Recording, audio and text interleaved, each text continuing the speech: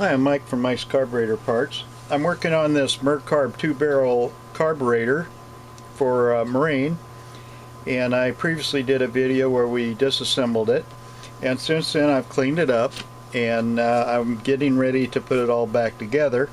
And I'd just like to point out that this Mercarb's in two pieces. You got the top and you got the float bowl and throttle body all in one piece, and I point that out because people get these mixed up with the Rochester 2G carburetors sometimes, and that one of the differences is the 2G is in three pieces. I got a check ball floating around here. Okay, so we're going to start out by putting the main jets back in there. There's no reason to ever replace your jets unless for some reason you're boating only at 5,000 feet above sea level. At this point I don't know where jets are available for these yet. Still working on that. At any rate, like I say, don't change your jets. Even if you chip them a little bit, just make sure you don't leave any chips in the carburetor. Okay, no gasket on the jets. Okay, use the widest blade of screwdrivers you can on this brass stuff. Next thing, we're going to put in the power valve. It's right here. It has this little washer that goes on it. That's in the kit. This one is aluminum. Our kit comes with a new power valve. Can't say that for other kits. I know ours does. Now, this goes up and down, so when you get ready to put it in, I've had this question come up, that's why, just stick your screwdriver in here. I mean, they do make special tools for this kind of stuff, but I try to do this as if you were doing it without any special tools, which is most likely. Okay, so I'm going to get it started there. I try to use a nice big screwdriver that fits in there good so I don't chip it. And the important thing about chips is leaving the chips in the carburetor. Okay, now you don't have to reach down on these too tight. I use a little silk and spray lubricant as I go along, and a lot of times it helps if I'm worried about chips or something getting in there, I can wash it out that way. Alright, so let's put in the main discharge. This is where the check ball goes, and if you have more than one check ball in your kit, which is likely in our kit, I believe it is, you will put the larger of the two, or if you have a stainless steel and an aluminum type of check ball in your kit, you want to put your stainless steel in here. Okay, so the ball goes in there in the bottom. That's your main discharge, and what this does is when your accelerator pump is pushed down, fuel will come out through this hole and through the venturi. Okay, so our kit comes with a new spring and a new T for this, so be sure and use those.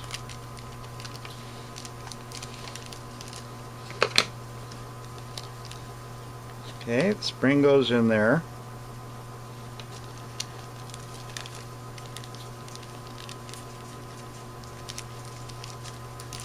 Okay, and then the T. Now the T, I have to grab something here. Bear with me a second.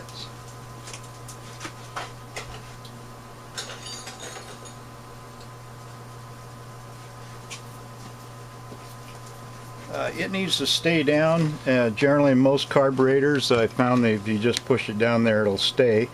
I see this one does not want to stay, so I will attempt to peen the edge over a little bit. There we go. Yeah, that's all you need, just a little bit so it stays down. Don't get wild with it, because the gas that goes here and this is going to hold it down anyway, so don't sweat it. And speaking of which, we'll put this on. Now I want to point out something. It used to be I never recommended using wire inside your passageways, but With the ethanol, our good friend ethanol now, ethanol leaves residue and back in through your small orifices. So I do recommend now finding some wire and go through the holes and make sure they're clear. Also, I would recommend for marine, always buy your gas at marinas. They generally are ethanol exempt, and that will pay off in the long run, even though it's a little more expensive. Alright, so we got that in, and we're going to get our gasket in here. And I like to spray my gaskets with silicone spray lubricant. It keeps them, brings them back to life, and keeps them pliable, and helps keep them from sticking, in case you have to take your carburetor apart again at a later time.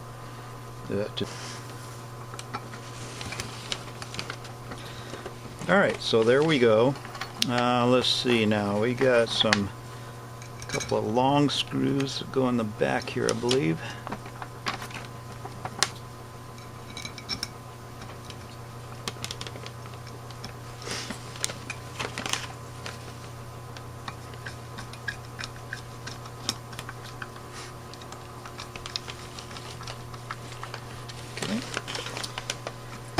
We have a shorter screw like this one that goes on the front. You can see this one has a little washer on it. We also need to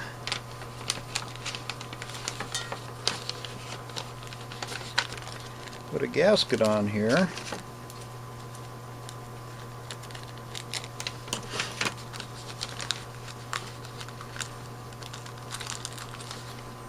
Now this is a fiber gasket.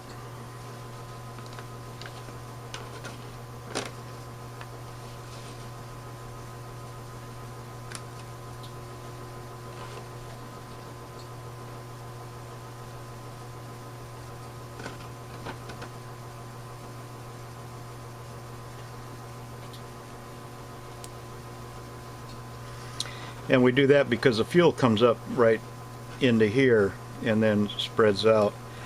And if we don't put a gasket there, it's going to, the fuel is going to go where it's not supposed to.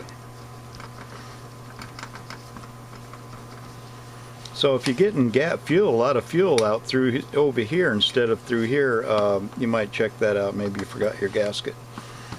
Okay, so what we do is we get all the screws started before we tighten them down. That's a common thing you do in automotive. We do that so that so you don't warp things, which is easy to do on carburetors. Okay, so we'll talk about the accelerator pump a little bit. Here's the new pump. Now ours comes with a new spring and retainer.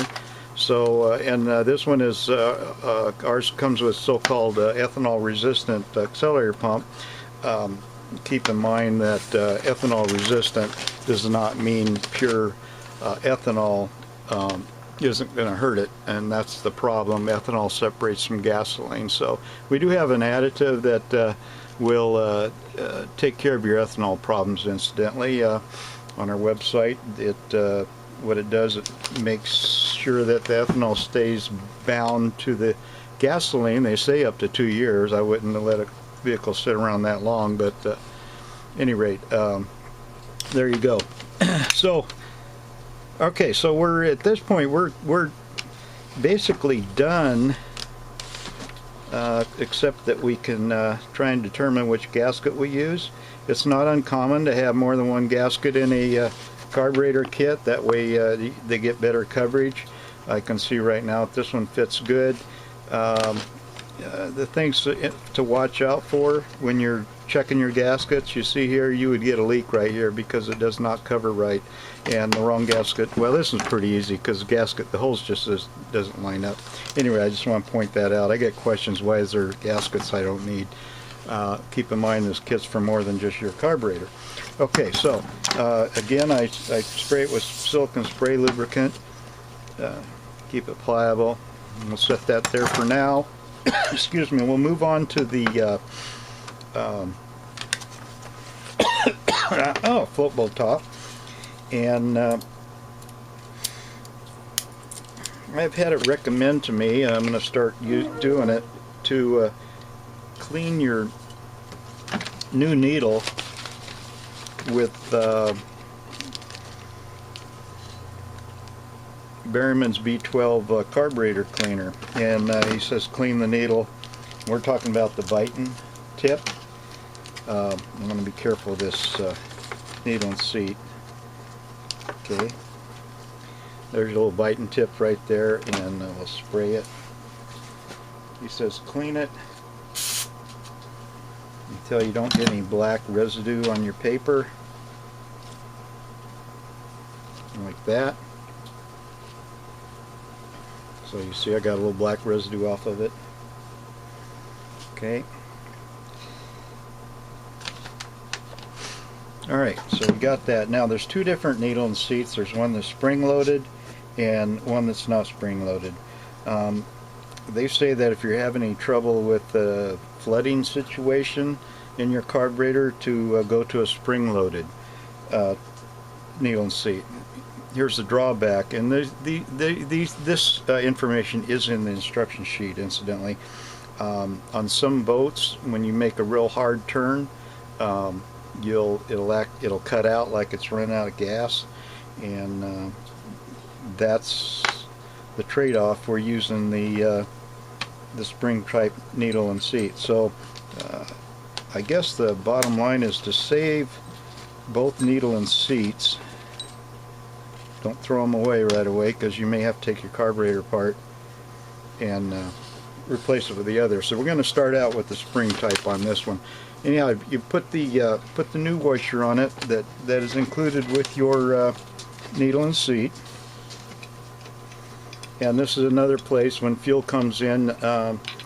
If you don't put a gasket on there, fuel is just going to keep coming in when you don't want it to, and there's another flooding possibility.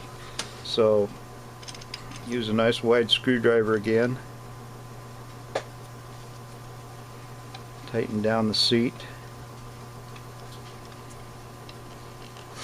I usually spray some lubricant in it just to make sure there's no particles left in it. Okay, and then let's see, we have this little metal baffle here, and that's simply, I don't know if all of these have them, I think they do, simply to keep the fuel from spraying all over inside the carburetor. Okay, so it fits right on here. Oops.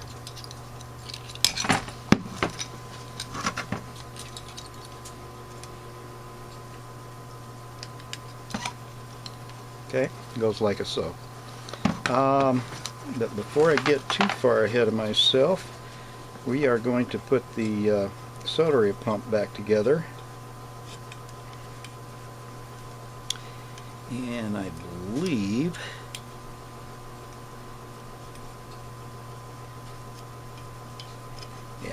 so it would start out up here like this. Okay,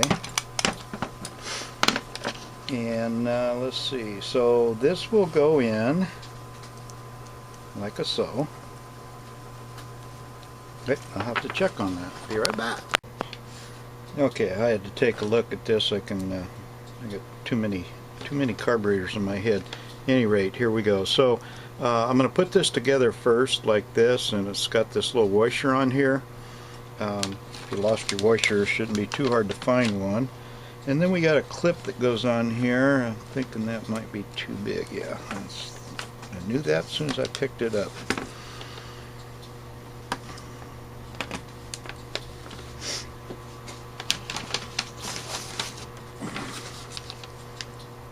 Okay, let me get off of there.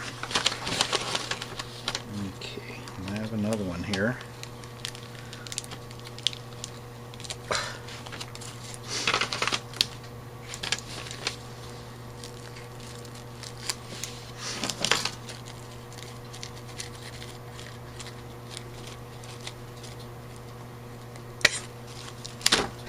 Which I can't seem to get out of the stupid bag.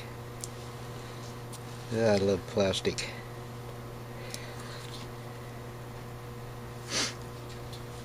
Okay, there we go. So I got a little C-clip.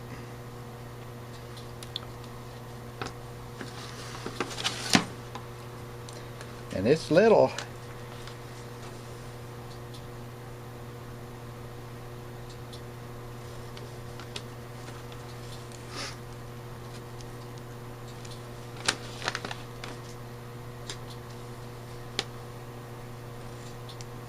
Okay, I lost that one. Fortunately, there was two in the package.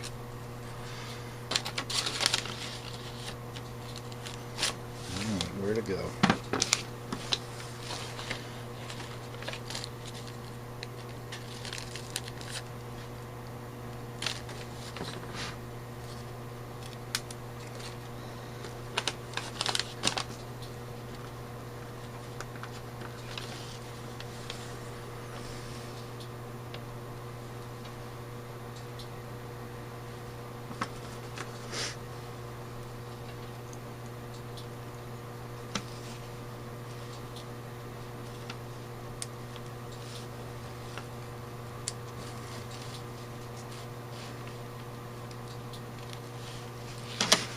Okay, so the whole idea was get the C-clip on there.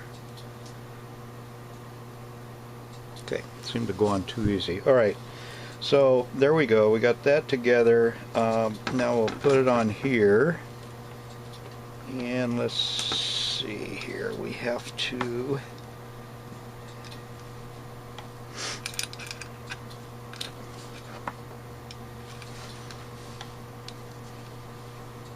It'll only go one way, so you just have to...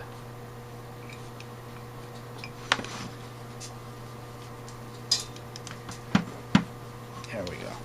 Okay. So there we go. That's what it's supposed to look like, alright? And we'll make sure it's on all the way there. And push this in so I can get to the screw. There we go. Get it tightened back down. Okay, so there you go. Simple. Alright, now this here I didn't take out. It's just too new. I'm not going to mess with it. Like I say, if you hit it like that enough times, it's going to come out. Get that off here. At any rate, this one's so loose I'm not going to worry about it. And what I try to do is I get this little silicone spray lubricant, spray in the hole there, and see how you see it come out here.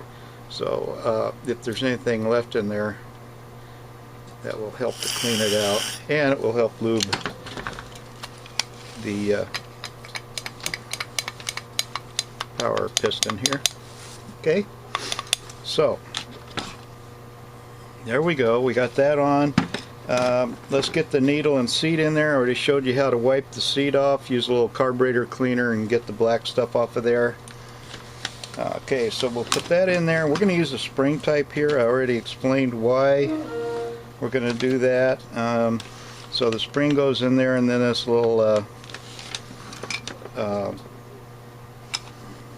stud looking thing. Here's the solid one. Anyway, but I would say that I would start with the spring one.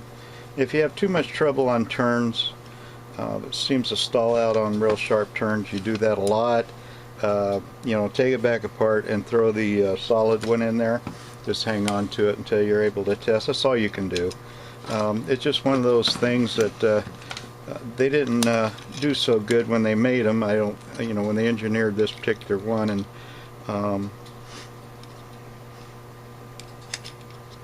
rather than fix the problem, they give you two needle and seats. And they're not likely to go back and fix it now. That's not going to happen. Okay. I just put that in there to hold it for a minute. Alright, so if you have this black nitrofill, be sure you buy a new float and replace it. Replace your old one. Nitrofill tends to absorb fuel over time, especially when your boat sits around a lot. Okay, so we got the float in there. You got a little pin on here. Now you got two ways to adjust this. The float drop is adjusted by this tab right here, and the float level is adjusted by this tab in here. Do not put pressure on your needle. You can adjust this all day long, just as long as you don't put any pressure on your needle.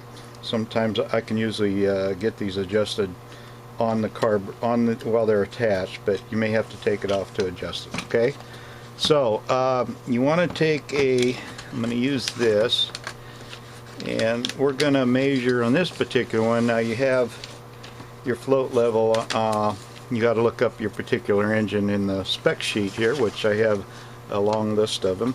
It also shows you how to adjust the float. So, and this one here, it looks like it's going to be 3/8. Oh, wait a minute. I got to go by the carburetor number. I forgot. So this is 807312. Let's see if I can find it here. Here it is. Okay, so, oh, good thing I looked. So it says right here to use the spring needle on this particular one. So some of them say you get a choice. This one here just says use the spring needle, so I guessed right. And we're going to do 9/16 for the float level, and we're going to measure from the dot on the float to the gasket, which means we got to have the gasket on here, right here.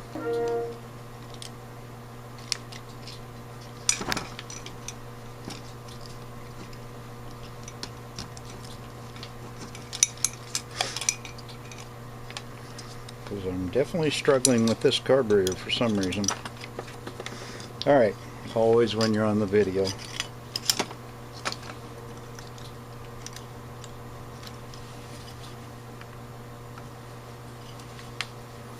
So you see a little tit mark right here on this. So it's right on the toe is what we're talking about. I don't know if the new float will have that or not. You're looking to do it right on the toe. I'll show you here in a second. And it was 9/16 for this particular carburetor.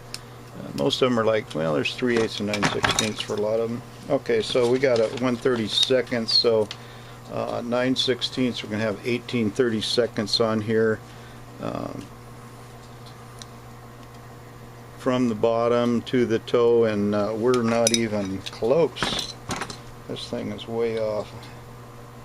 And let's see, I am going to have to take this off in order to adjust it. And so I just take this tab and bend it down a little bit.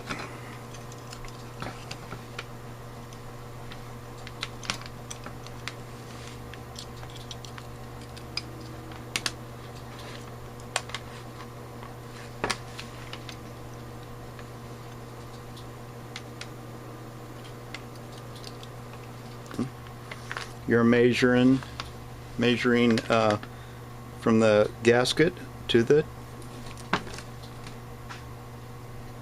toe of the float, not underneath, to the toe. So the distance between here and here, for this particular carburetor anyway, was 9/16 or 18/32, because my measurement's in 30 seconds. So there we go. That looks good.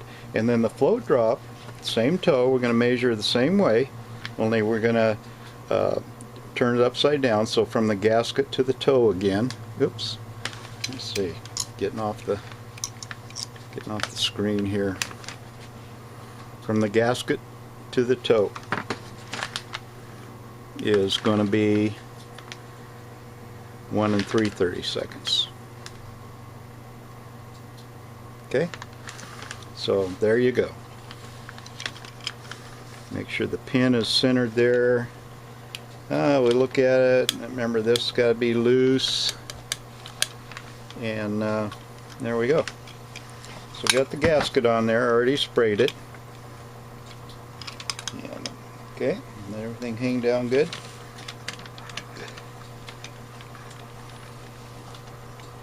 The auxiliary pump started in there. Oops, excuse me. Wait a minute. Hold the truck. Back the truck up. We need to put our return spring in here. There you go. That's for the accelerator pump. That's going to help return it when you let up off the gas. Okay. There we go. I'm just going to make sure that we're not bound up at all in there. It feels pretty good. Okay.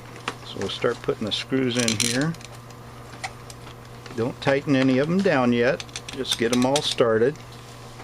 We're going to get them all snug, and then we're going to tighten them in sequence. And basically the sequence on just about anything you work on the inside and out.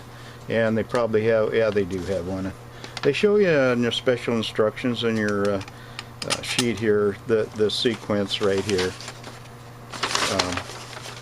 So, but as long as you're doing inside out, you're fine.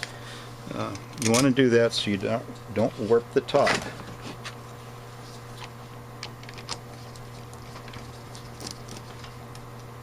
If you have a carburetor that's leaking around the gasket around the top,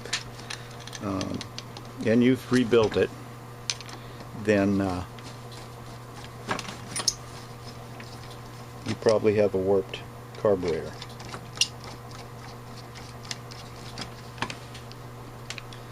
And which means you can you either have to find another one, or you using a heat and a vise, you try to straighten it out with lots of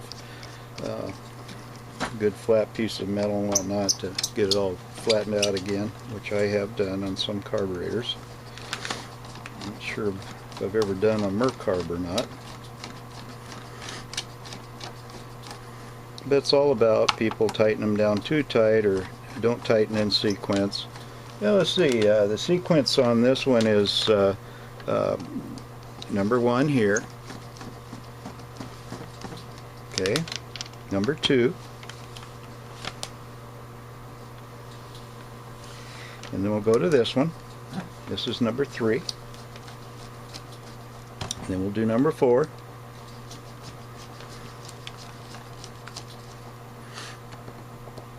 Number 5. And then right over here diagonally, number 6.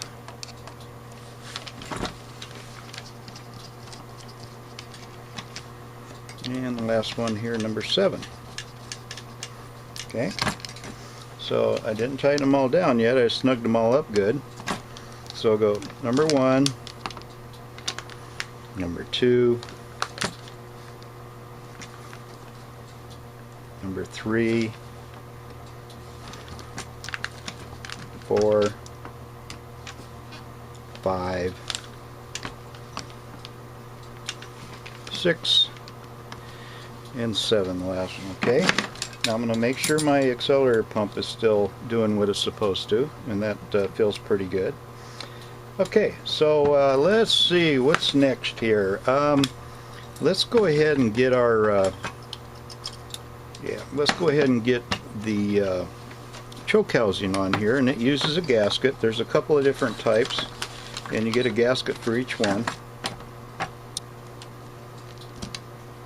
Okay, where's my spray silicone here? A little bit of that on it because I'm having an awful hard time that thing staying on there for some reason.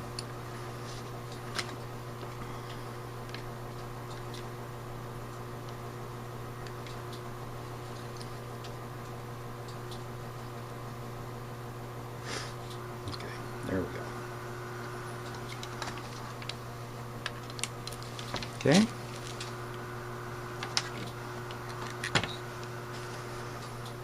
Now we have these two special heads. I can't think what you call them.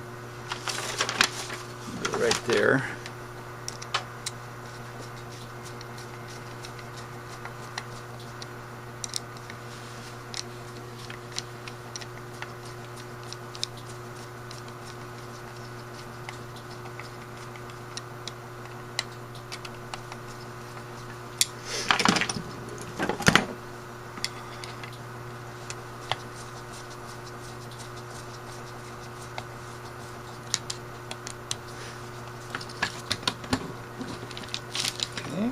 These tighten down. There we go. Alright, we got to have our little lever. And it goes right in there, like so.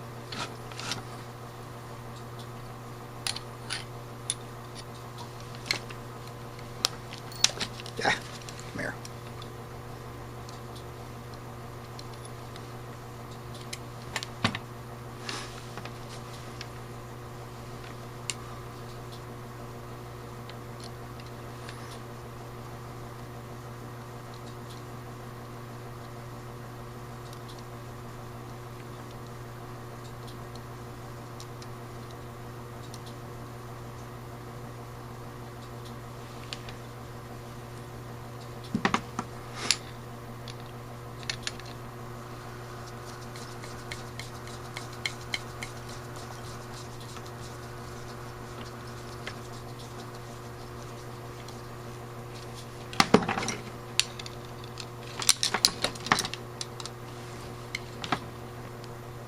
Okay, there's our lip. Alright. Now at this point, always make sure that there's nothing catching on your choke. If there is, you're going to have to tear it all apart to figure out what it is. But you want this to be very loose because the only thing that's going to make it work is this spring. And okay, let's see, do we have a gasket for this? I don't think this one uses a gasket. No, it doesn't, because it has to ground, so don't put a gasket on there. What am I thinking? Here's your choke. Got to get on the right side of this, because this is going to heat up and move the flapper closed. So we're going to turn it in this way.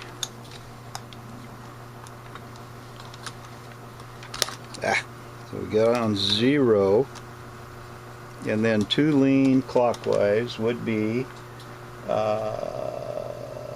yeah, okay, A clockwise is leaner. Yeah, okay, so 2 lean, well, that makes sense. See, if you go this way, it tightens it up more. If you go that way, it loosens it up. Okay, so we're going to go 2 lean. We're just going to go 2 marks right there.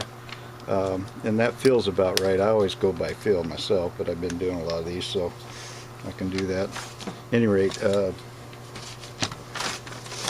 I lost the second screw now. Okay. Not doing good today. Alright, well, worry about the screw later. I'll just go find the screw. I don't want to waste the whole video looking for a screw. And so there you go. There's your choke is on there.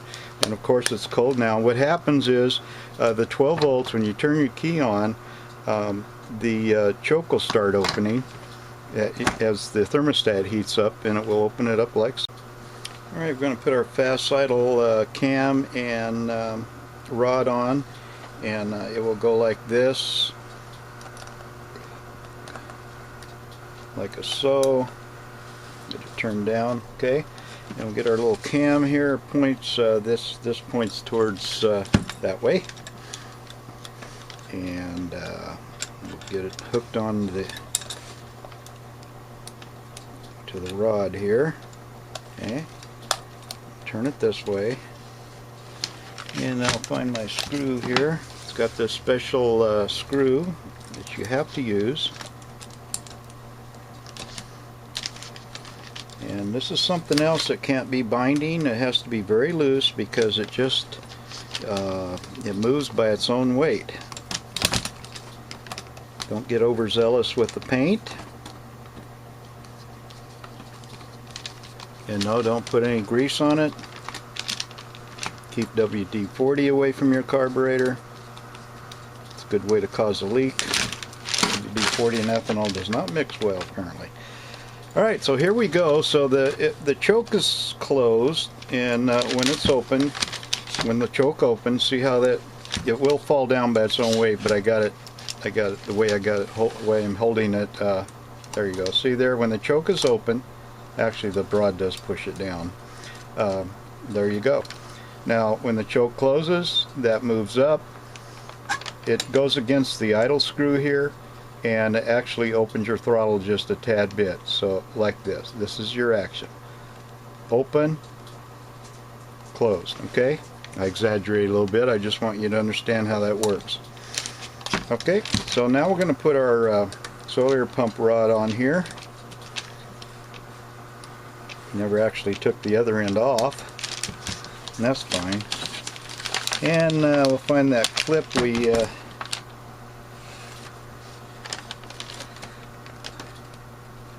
don't know if I have these clips for sale or not, but I guess I better get them on the website if I don't, because I've already lost one at least.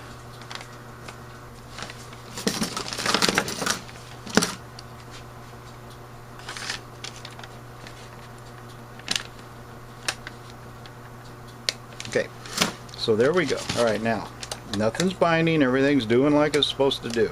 Okay, so when you move your throttle, you can see how your accelerator pump is pushed down and then open like that. Alright, so now we have a couple of adjustments. The first one would be your pump rod adjustment, and we're going to measure from where your spark arrestor sits, right here in this flat spot. from here down to the top of the rod, and that is going to be pump rod 1 5/32. That looks like all of them. All of these Mercarbs are the same, at least it uses this kit. 1 5/32. When you do this, the throttle has to be, let's see, make sure, oh, back out the idle screw. Okay. Until it no longer contacts your idle. Idle cam, I should say. And then we're going to, we want our throttle valves, this down here, completely closed. Okay? Completely closed like that. Alright, and since the choke isn't going to matter in this case because we've turned the screw out, so it's not going to touch it anyway. So now what we want to measure is I'm going to get me a flat knife. This isn't how I would normally do it, but I got to try and keep this on the video so you can see what I'm doing here. So it looks like I'm kind of fumbling around. I am. Okay, so we'll get a little. We just want to measure from here to here, and what we're looking for is 1 5/32, and we almost have to eyeball it. So you can get this turned around. You get it in a vise to hold it, and get this turned around so that you can get it measured, and that's pretty darn close like that, but I'll have to get a better measurement. I just want you to see how to do it. Okay, so that's your pump rod adjustment. The other thing we want to see is we want to make sure the choke valve has its correct adjustment, and this is a choke unloader, and it's 5/64, which isn't a lot. And you're going to do this by holding the throttle all the way open. Okay. Oh, by the way, this one here, now this is on your instruction sheet. You bend this rod in order to adjust that measurement we were looking at. Chances are pretty good you won't have to mess with it. Okay, so this one here, we're going to hold the throttle all the way open, and as you can see, with the choke cold, of course, you see you got your little gap right here, and that needs to be 5/64. So just measure that, and if it's not, you see here where it touches, you bend this little tab up or down. That's how you change that. So get that to be 5/64. And if you're all going to be doing this kind of stuff, you need to have a good measuring tool. I mean, you can use this paper thing, but you know, if you do other work, you need to get something good like that. All right, so we got that on there. So now we're going to get I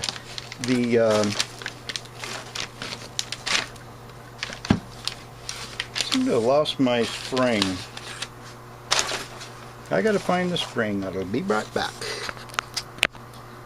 Okay, well, now we're going to get our fuel filter in. Don't forget your spring goes in there first. And this is actually a fuel screen. That goes in like so. We got our little what looks like aluminum. It's actually a mixture of aluminum and fiber gasket that goes on there like that. And do not use Teflon tape. I guarantee it's going to end up in your needle and seat. And what I use sometimes is a little bit of liquid Teflon, a very small amount.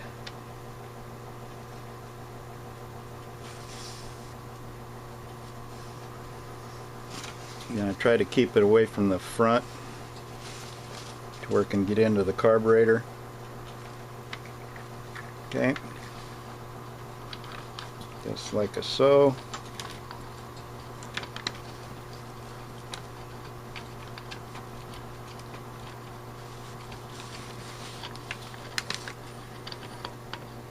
Can't tell you how many carburetors I've taken apart and found that Teflon tape in the needle and seat.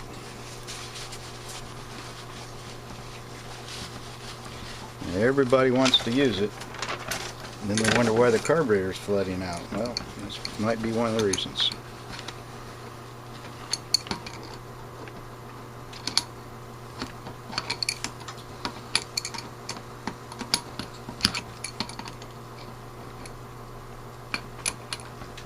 Okay, there we go.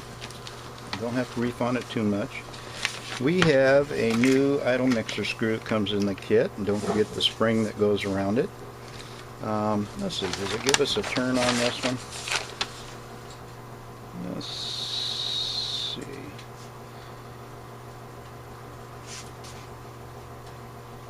Two turns, okay.